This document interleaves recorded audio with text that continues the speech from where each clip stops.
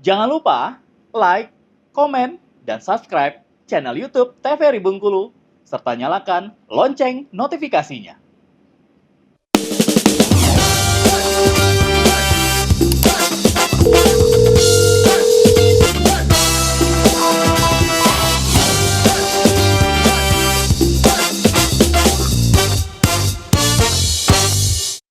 Lagi pemirsa, bersama saya di Dokter Kito Besamo Kita Sehat. Baiklah dokter, langsung aja kita jelaskan nih terkait dengan prosedur dari FNAB ya dok ya.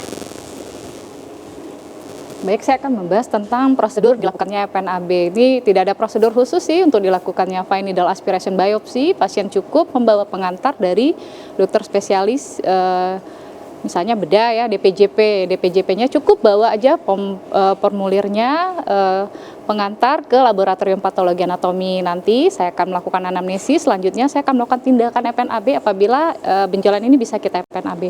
Yang pertama, pasien boleh posisi tidur tergantung posisi benjolannya di mana ya kalau saya. Kemudian saya akan menggunakan piston ini ya sama spuit ya. Jadi jarum halus, nanti misalnya benjolannya pada tiroid nih, saya akan masukin jarum halus ke dalam benjolannya, kemudian saya akan aspirasi, bisa cairan, bisa juga jaringan nanti yang keluar. Kemudian, nah itu dia contohnya, udah terlihat dari gambar, nanti baru saya buat sediaan. Sediaannya ini dalam bentuk, dalam glass object ya. Ini nanti kita buat hapusannya nanti saya periksa di bawah mikroskop. Nah, berikut adalah tiroid ya, tumor tiroid. Ketika saya ketemu ini adalah nodul koloid, kemudian selnya juga masih dalam batas normal, tidak dijumpai sel-sel ganas, maka ini yang kita kenal dengan koloid nodul. Misalnya sering tuh ya gondokan atau apa, itu jinak ya. Sel-selnya jelas masih dalam batas normal kan, tetapi kalau misalnya di bawah mikroskopnya kita jumpai sel-sel ganas, ini pada karsinoma tiroid ya, kanker ganas kelenjar tiroid, ini dia. Jadi sel-selnya itu clearing, kemudian membrannya itu sudah ada clearing, grooving ya, khas sekali kalau tiroid ya, itu suatu keganasan tiroid bisa kita tegakkan, apalagi strukturnya papilari, udah jelas dia papillary thyroid carcinoma. Jadi kanker ganas yang paling sering di usia remaja 25-30-an ya, usia tengah-tengah itu dengan keganasan pada tiroid. Kalau yang di sebelah adalah gambaran daripada histopatologinya, gold standarnya histopatologi ya. Nah, keuntungan FNAB itu apa? Dia prosedurnya cepat, kemudian dia sederhana, minimal invasif, dan tidak perlu rawat inap.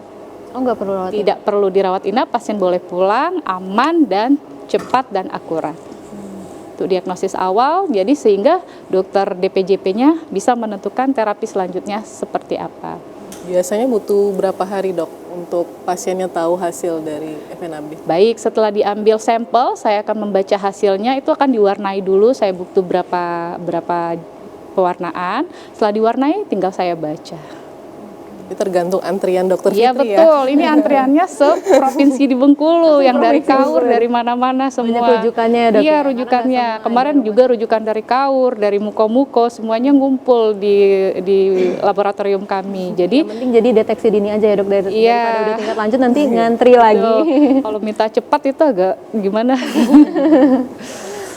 Baik, jadi pesan saya untuk masyarakat, dokter Kito, tidak usah panik, tidak usah ragu, tidak usah memikirkan oh ini suatu kanker terlebih dahulu, tidak perlu begitu. Sebaiknya jika ada benjolan yang mencurigakan di tubuh kita muncul, silakan menghubungin dulu dokter di fasilitas pelayanan tingkat pertama atau rumah sakit. Nanti apabila DPJP-nya menganjurkan untuk dilakukan tindakan FNAB, silahkan datang ke kami di laboratorium patologi anatomi tanpa ada persyaratan khusus. Kalau misalkan bisa memenuhi persyaratan untuk FNAB, maka kita akan melakukan pemeriksaan fine needle aspiration biopsy yang sangat cepat, minimal invasif, jadi diagnosis awal bisa kita tegakkan. Baik, terima kasih sebelumnya Dokter Fitri. Mungkin saya minta pesan untuk masyarakat dan juga pemirsa dokter kita juga dari Dokter Elsa. Baik, kalau dari saya ya, jadi ayo sama-sama lagi nih buat kita semua untuk memanfaatkan fasilitas Paskes pertama, terutama puskesmas. Mungkin yang selama ini yang taunya pas sakit aja ke puskesmas, ternyata enggak. Karena puskesmas itu adalah prinsipnya adalah preventif. Jadi bukan untuk kunjungan yang sakit aja, tapi kami sangat terbuka untuk orang-orang yang mau screening awal, deteksi dini, seperti itu ya. Silakan tanya apapun di puskesmas itu, insya Allah akan kami tanya, dan kalau memang ada alatnya, ada prosedurnya, akan kami lakukan. Semakin kami juga pengennya masyarakat itu sama-sama kita tuh kalau kami kasih edukasi dan kami lakukan, oh nanti akan ada pemeriksaan, jangan memikirkan yang buruk-buruknya dulu. Daripada banyak stigma-stigma seperti itu, lebih baik bertanya langsung ke kami, apa pemeriksaannya, apa efek sampingnya, apa keuntungannya, seperti itu ya, daripada mendengar dari orang-orang yang sebenarnya belum tentu juga dia lebih tahu tentang itu.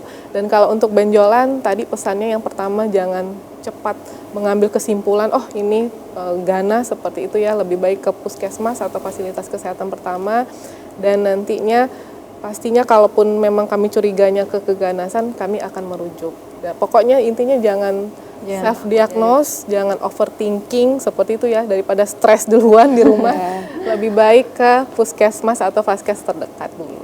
Baik, tentunya pemirsa, dokter kita di rumah jangan ragu lagi untuk berkonsultasi. Deteksi dini tentunya bisa menyelamatkan nyawa dan juga kita bisa akan untuk terapi lebih lanjut. Baik pemirsa, saya Asyifa Firda Nabila mohon undur diri dari Dokter Kito. Bersama kita sehat, sampai jumpa di Dokter Kito selanjutnya.